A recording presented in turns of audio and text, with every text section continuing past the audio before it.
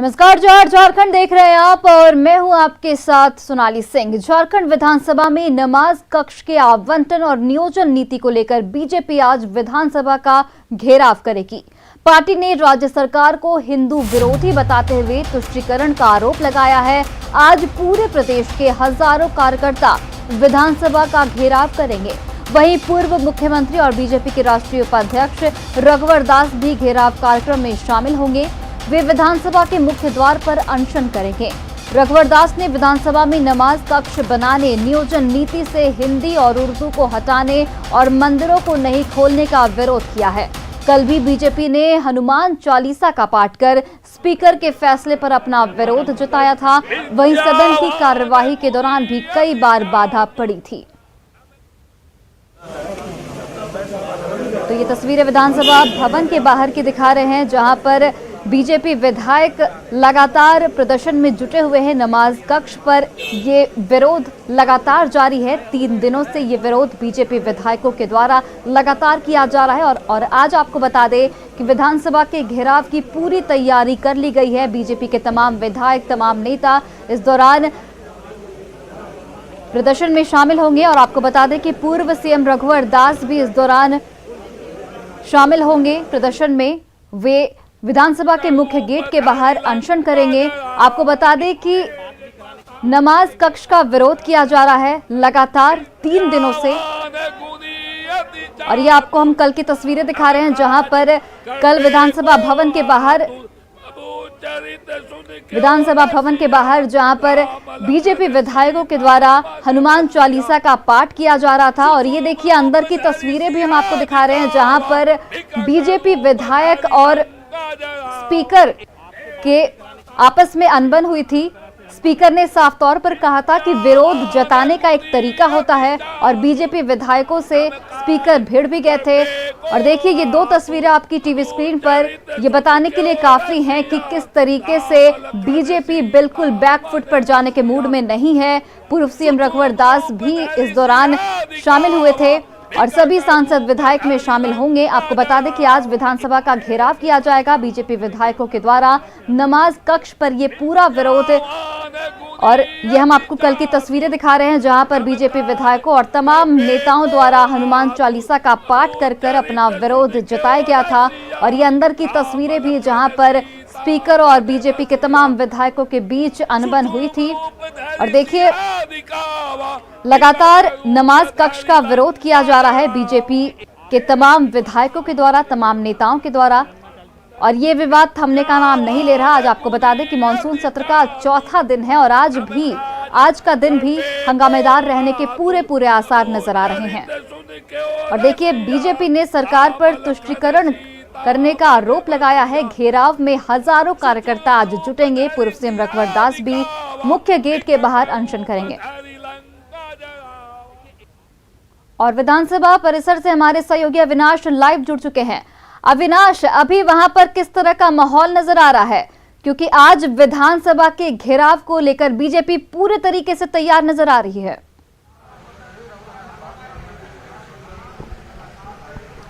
जरूर आज मानसून सत्र का 4था दिन है और आज भी सदन के बाहर अगर हम बीजेपी विधायकों के धरना प्रदर्शन की बात करें तो शुरू हो चुकी है। आप देख सकते हैं कि किस तरह से बीजेपी के तमाम जो विधायक हैं वो इस वक्त धरना पर बैठे हुए हैं। बाहर प्रदर्शन का क्रम लगातार चल रहा है और ये दर्शाने के लिए काफी है कि किस तरह से जो नियोजन नीति की बात करें, नमाज कमरा को लेकर जो रद्द करने का मुद्दा है उसकी अगर हम बात करें तो एक मुद्दे इस वक्त बीजेपी के पाले में है। और बीजेपी कहीं से भी ये जो समय है, ये जो राजनीति है, इसे कहीं से भी कोई चूक नहीं करना चाहती है। और लगातार सदन के अंदर की अगर आप बात करें, जो पिछला 3 दिन बीता है सदन के बाहर और भीतर दोनों ही तरफ ये माहौल देखने को मिला है।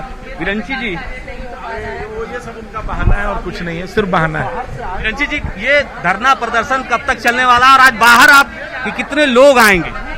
देखिए पिछले 8 दिन से लगातार हम यह मांग करते रहे हैं कि अविलंब नमाज पढ़ने का जो कक्ष है उसका आवंटन रद्द किया जाए, लेकिन विधानसभा अध्यक्ष जी ने एक न सुनी। वो हठधर्मीता अपनाए हुए हैं।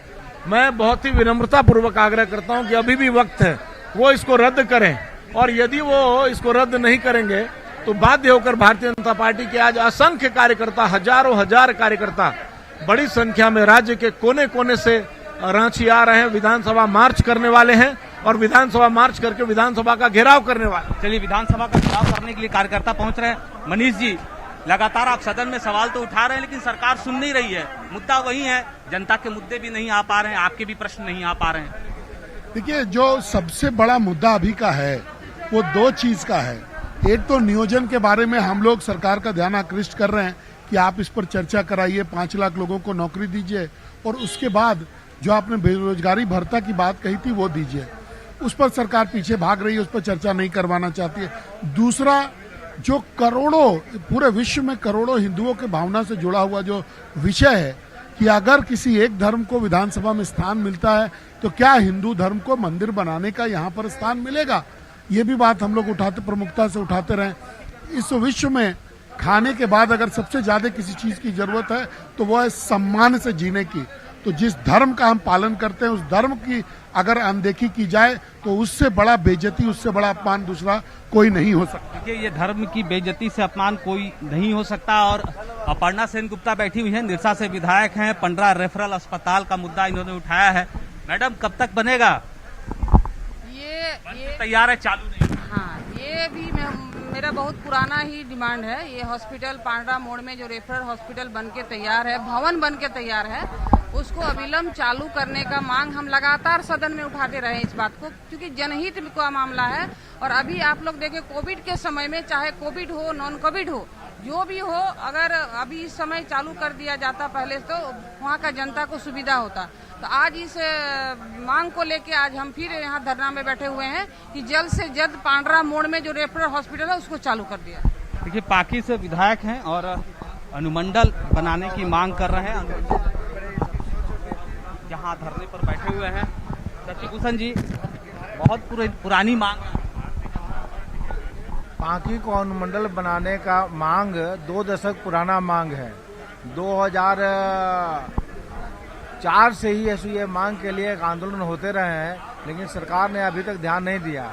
और इसके साथ साथ मैं बताना चाहूँगा कि पाकी झारखंड का सबसे बड़ा प्रखंड है। बाबूलाल जी, आज कितने लोग आप विधानसभा को घेरने आ रहे हैं? अब कितने लोग आ रहे हैं वहीं आप जा करके देखें, बड़ी तादाद में लोग आएंगे।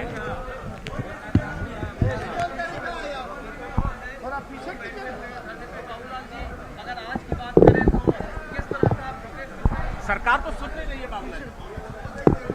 सरकार नहीं सुन रही, इसीलिए तो हम सब लोग ये आंदोलन कर रहे हैं। अगर सरकार सुनती तो फिर आंदोलन करने की कोई जरूरत नहीं पड़ती, लेकिन जब सरकार नहीं सुन रही है तो हम सब लोग आंदोलन कर रहे हैं। पार्टी ने कही सड़क से, सदन से लेकर के सड़क तक में इस आंदोलन को हम लोग कर रहे हैं। बाबूलाल जी कह रहे हैं कि सरकार नहीं सुन रही है, इसलिए बार बार सरकार को आगाह किया जा रहा है। बार बार जो बीजेपी के विधायक हैं उनके द्वारा ये मुद्दा उठाया जा रहा है। और इस वक्त जो सत्ता पक्ष के विधायक हैं उनसे भी कुछ बात कर लेना जरूरी है, क्योंकि जो मुद्दे उठ रहे हैं और जिस तरह से झारखंड की सियासत गर्म है। सत्यानंद जी, ये जो नियोजन का मुद्दा प्रवर समिति के द्वारा आप अध्यक्ष लाया है, अब सवाल उठ रही है कि जो निजी क्षेत्र है वो आपकी बात क्यों माने और कितना आप मना पाएंगे?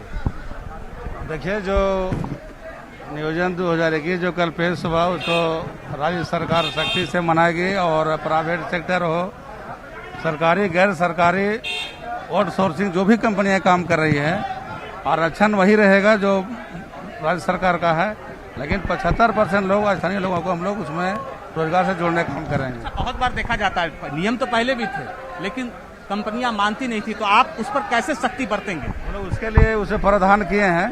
तो उपायुक्त तो जिस जिला में उद्योग है अध्यक्ष रखे हैं, उसमें से नियोजन पदाधिकारी, श्रम अधीक्षक, माननीय विधायक को मेंबर रखे हैं। और जो भी कंप्लेन होगा वहाँ सटोट के, मतलब आप मॉनिटरिंग खुद भी करेंगे? हम उसका खुद भी मॉनिटरिंग करेंगे।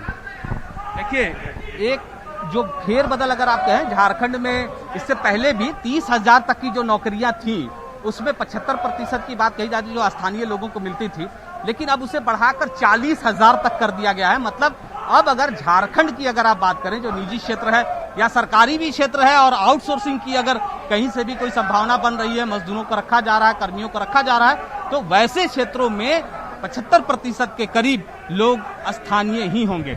देखिए इस वक्त नारेबाजी हो रही है और बिल्कुल अविनाश, हम देख सकते हैं कि किस तरीके से बीजेपी के तमाम विधायकों के तल्ख तेवर नजर आ रहे हैं, और आप नजर इस खबर पर बनाए रखें।